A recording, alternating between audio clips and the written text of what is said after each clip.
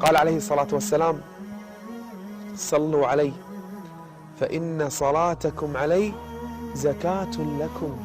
شوف من فوائد الصلاة على النبي صلى الله عليه وسلم تطهر هذا القلب. قال أبي بن كعب رضي الله عنه: يا رسول الله، إني أكثر الصلاة عليك، فكم أجعل لك من صلاتي؟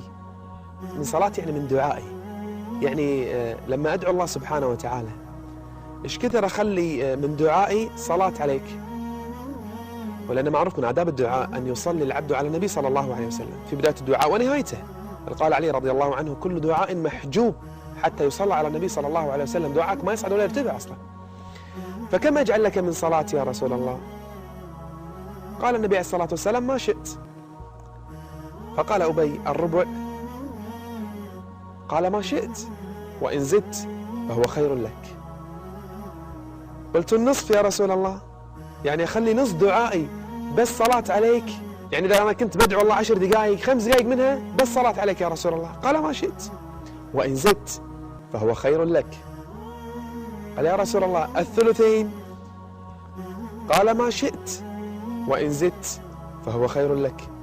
قال: يا رسول الله أجعل لك صلاتي كلها، يعني أخلي دعائي كله بس أقول اللهم صل على محمد وعلى آل محمد؟ فقال صلى الله عليه وسلم: إذن، يعني إذا سويت كذي، إذا خليت دعاء كله صلاة علي، إذن تكفى همك ويغفر لك ذنبك. أنت تبي شيء غير هذا؟ تبي شيء غير أن الله يكفيك الدنيا والآخرة؟ الدنيا الله يكفيك همومك، مرتاح بالدنيا، والآخرة يغفر لك ذنوبك، انتهت. هذا بس بالصلاة على النبي صلى الله عليه وسلم.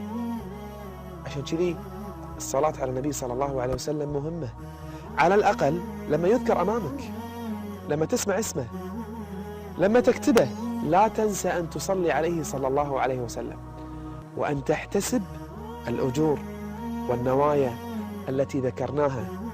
نسأل الله أن يجعلنا من أقرب الناس منزلة منه صلى الله عليه وسلم بكثرة صلاتنا عليه الصلاة والسلام.